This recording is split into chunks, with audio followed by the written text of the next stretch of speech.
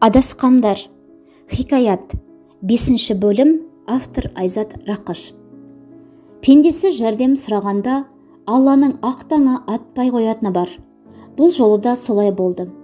Таң күндегідей болмашы сәулесін бөлменің темірмен қоршаланған терезелерінен ұрлана сыздықтата түсіруге асықпады. Таң атса, бұл тажал тағдырларының қамытын шешіп лақтырып кететіндей бәрі-бірдей аһ ұрды. Тек Ақжан ғана томаға тұйық қалып та ешкіммен сөйлеспей оқшау отыр. Сен анадан тумағансың, Ақжан. Атыңды Қаражан деп қойса жарасар еді, деп тістене сөйледі Нұрзат. Туыла сала шешем өліп қалған. Ана деген сөздің мен үшін құны көк тиын.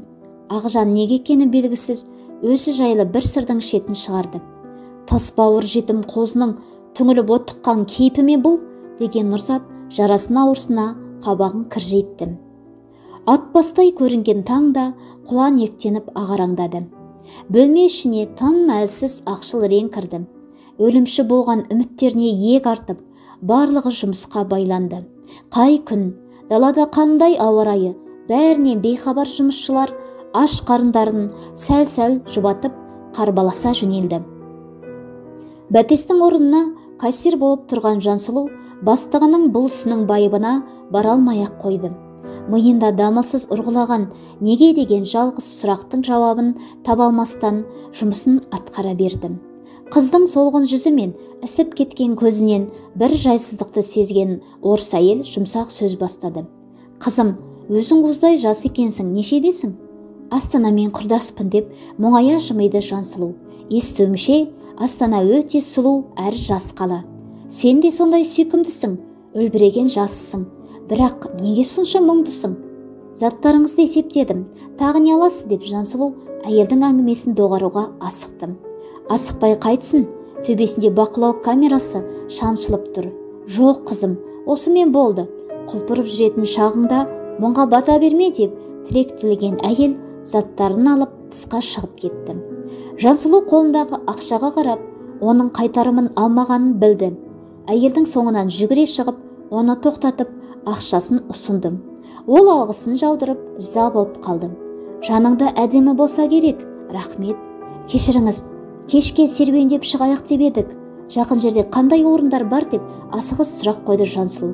2 көше жоғары жүрсең, ішкі істер басқармасы бар. Әй, оның саған керегі бола қоймас. Әзілдей сөйлеген әйел сөзін жалғады. Оңға қарай 1 көше жүрсең, үлкен сайбаққа жолығасың. Көп рахмет, деп Жансұлу жалт бұрылды да ішке кірді. Сыдық әзірейілдей төніп келіп барқ етті. Не айттың оған? Ештеңе, ақшасын қайтарып бердім. Ол алғыс айтып мені бөгеп қалды. Сыртқа да бірнеше бақылау камерасын орнату керек, деп Сыдық өз-өзінен кейіп дүкен сөрелерін аралап кетті. Осы Сыдыққа таңы бар. Елуді еңсерсе де ханымының алдында құрдай жорғалайды. Өзі туралы жақ ашпайды. Бала шағасы, үй орманы жоқ па? Тамағын асырап жүрген бір жәрі ме? Ол жағы Сыдықтың өзіне ғана аян. Сұлу, сен күн көзін көрдің ғой, тысқа шықтың. Әлия сыбырлай сөйлеп құрбысына жақын келді. Бүйтіп көрген күні құрсын. Мына камераны ретінде өшіп тастаса шіркін.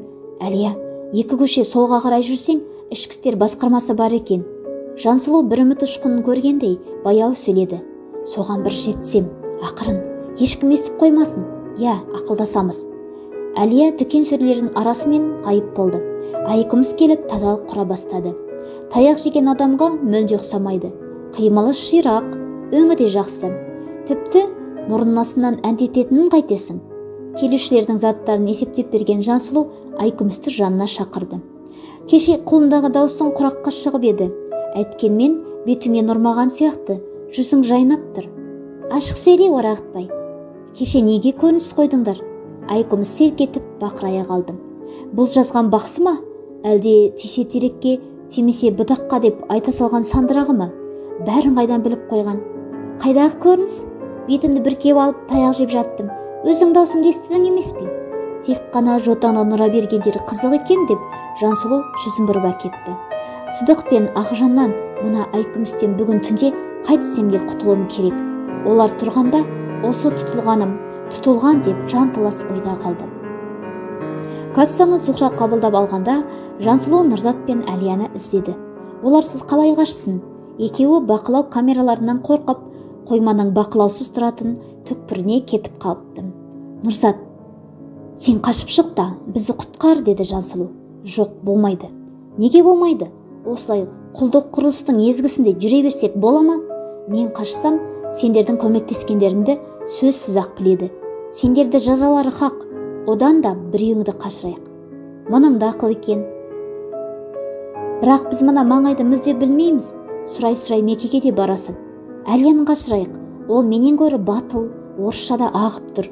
Менің орысшам тұсаулаттай кібіртіктеп жатыр. Қатырдың жан, рас айтамын. Жаным қысылса, санамда тек ана тілім ғана қалады. Жай кезде орысша сөйлей беремін. Жа қыздар, Әлия қашсын. Ал қалай қашырамыз? Дуалдан секірсін. Жансұлу түйе бойындай қойма дуалдарынан да күшті үміті барын байқаттым. Жоқ, ол қауіпті. Қойма есігін ашық қалдыру керек. Сол жерден шықса, ары қарай өзі де амалдар. 3 дос осылай уәделесіп тарқасты. Асханада Ақжан өз-өзінен өрекпіп, оларды іздеп отыр еді. Ханымының жарлығы осы болатын. Сорпа суларын ішкен болып, орындарынан көтерілген жұмысшылар қалыпты шаруаларын жалғастырды. Жансұлу кассаға бас көз болып тұр. Анда-санда Әлия келіп, қабағымен ымдап кетеді. Түс ауа, күндегідей қоймаға тауар әкелетін көктер келді. Жүрегінде жалғыз тілек қалған қыздар құдайларына жалынумен болды. Қайыршыға желде қарсы дегендей, тауар тез ақ түсіріліп, көлік қаңтарылып тұрмай кетіп қалды.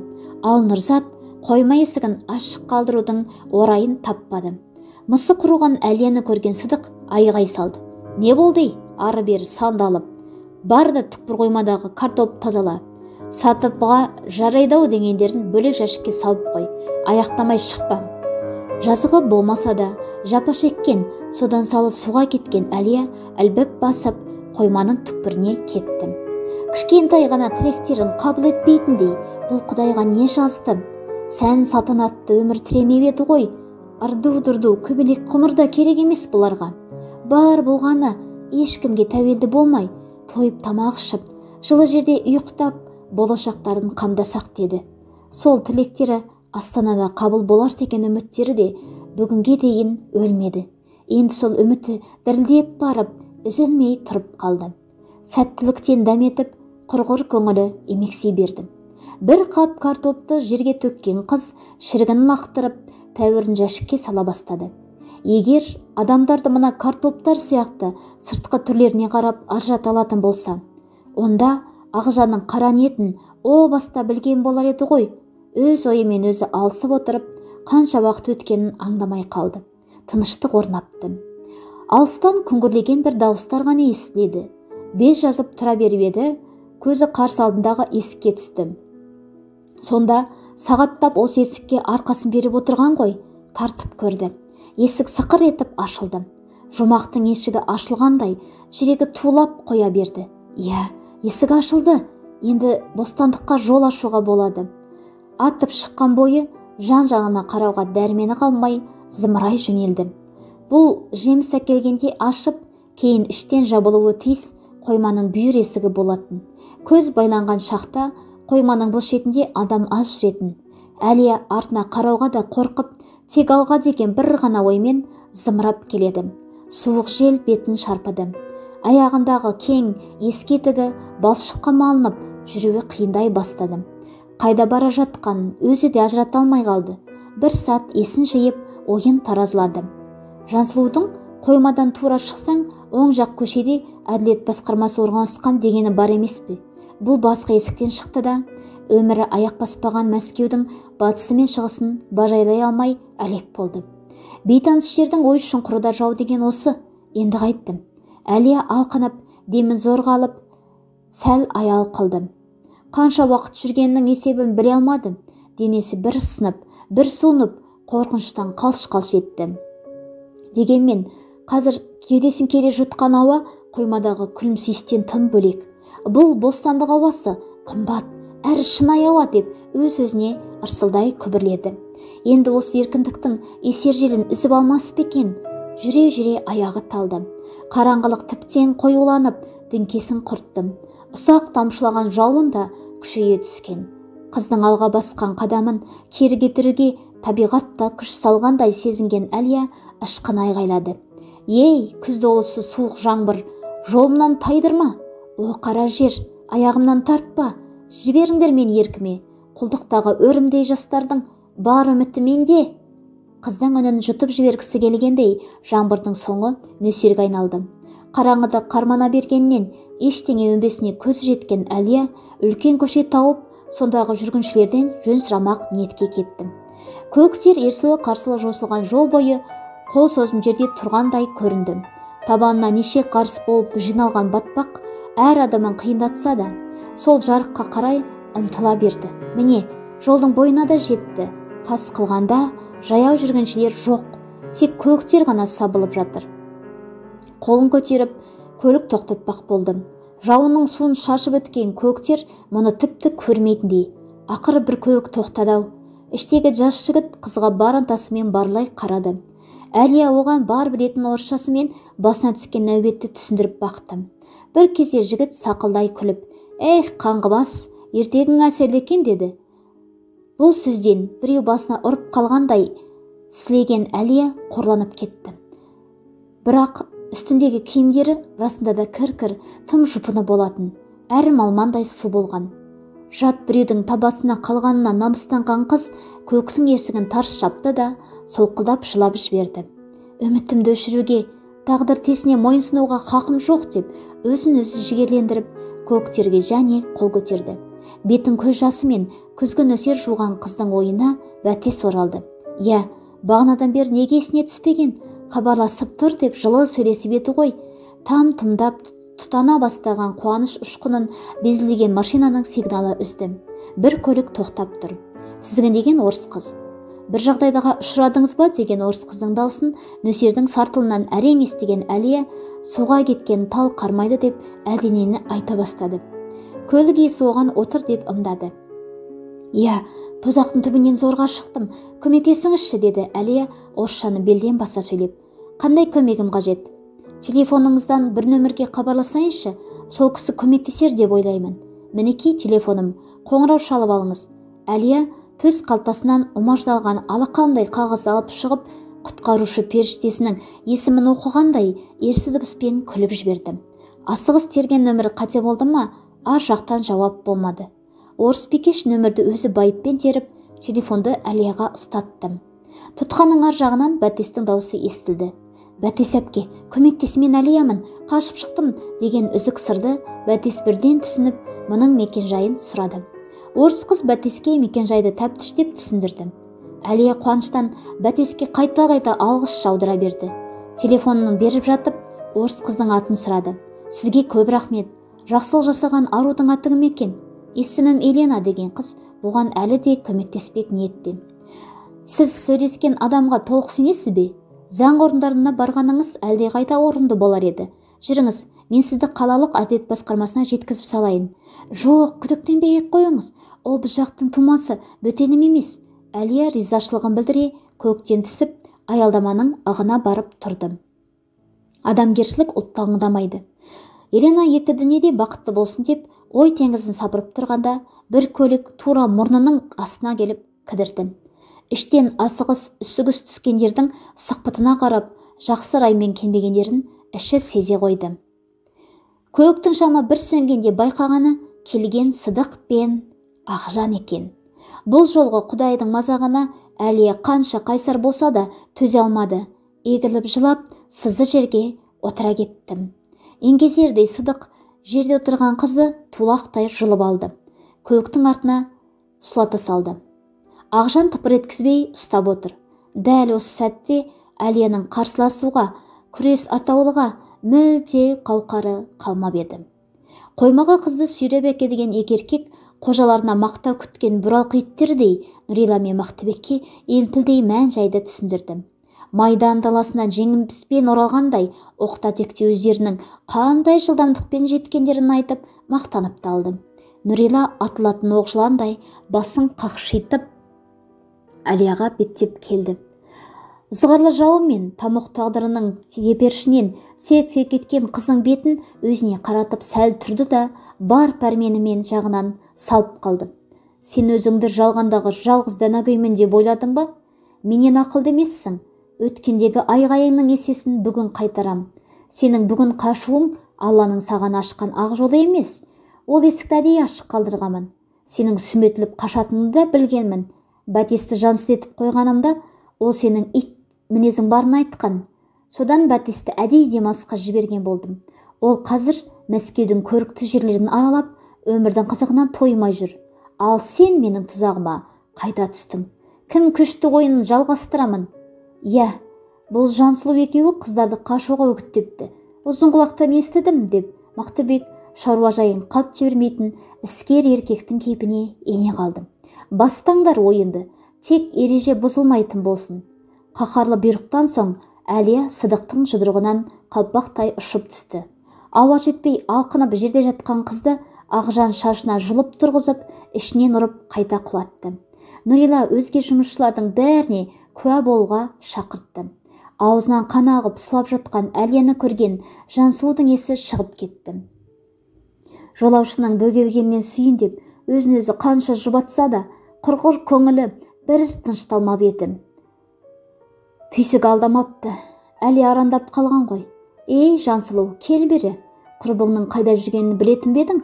Мақтыбек өзіне оң қабақ танытпаған қыздың өш алғысы келгендей жаналғыштай жекірді. Бұл бақырау камерасынан бәрін көре тұра бізге ескертпеген. Сол үшін күнәсін өтесін. Ойынға бұны да қосыңдар. Ойнасын бейшара.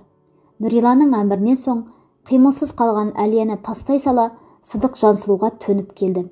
Шибөрінің әлсіз қоянға ұмтылған масатты сәтіне ұқсады. Ол баяу жылжып қызға жақындай берді. Қорғансыз қоян құлағын жымитып бұға қалады. Табиғаттағы мақұлықтар арасындағы сондай бір әділетсіз жекпе-жекке тым ұқсас бұл көріністі Жансұлу бұзды. Ол қаяңдай бұқпантайламады, Сыдықты бар күшімен жанталаса итерді. Оның бұл тегеурінсіз соққысын елемеген Сыдық қайта ұмтыла беріп, сол қырына ұшып түсті. Оны жаны жерінен аямай тепкен Нұрзат еді. Бұл араша баскесер ерлі-зайыптыларды қатты ашуландырды. Олар қыздарды ұрып соғуға өсер араласып кетті. Ал Ақжан мен қайта түрегелген Сыдық Нұрзатты жәукемдей жөнелді. Қойманың түпкі бөлмесіндегі бұл жайтты көріп тұрған басқа жұмысшылар қорқыныштан сөйлеуден қалды. Талықсыған Әлия аңырсый үн қатқанда Нұрила оны бас көзге ұрғылай есіне қайта тандырды. Жансұлуды Мақтыбек қабырғаға соғып, ата жауын қиратқандай ырсыс етіп әйелінің жанына барды. Маңдайынан қызарып қаны шыққан Жансұлуды байқаса да, оған көмектесер құдірет Нұрзаттың қолында емес еді. Екі қарсысына шыдас бере алмаған Нұрзат бір сәт өзі де құлады. Оның құлағаны Нұрила үшін таза жеңістей сезілді. Бетпақ әйел бедірейіп, аяқтың астында қалған Нұрзатқа шаншыла қарады. Ол бет-аузын бүркемелеп, қорғанудың орнына Жансұлу құлаған тұстан көз алмады. Жігіттің ұзын кірпікті мойылдай көздері бір нүктеге қадалып қалған. Өз өлімші халдеге түссе де, қашығынан көз айырар емес деп ойлаған Нұриланың жүрегінде белгісіз қызған шоты лаулай жөнелді. Сол қызғаныш өрті оны аяушылық, адамшылық кепінен ад етті. Ол құрбылардың шашынан жұлып, теуіп жіберді. Олардың естерінен танғандарын көріп барып, сабасына түстім. Қыздарды Сыдық сүйрелеп, бір тар бөлмеге лақтыра салды. Олардың үстіне Нұрзатта келіп жақтым. Суықтан тез ес жиған Нұрзат қимылдауға қауқары қалмаса да, бар ойы қыздар еді. Қазақтың қыздары, аруларым, туған жерден опа таппай, талақ тастап неге шықтыңдар? Алыстан арбалаймын деп далбасаламай, жақыннан дұрболай бермедіңдер ме? Мен анамның адамша табыстап алмайсың деген бір ауыз сөзіне ерегесіп елден кеттім. Ал сендер отан анадан неге сонша баз кештіңдер?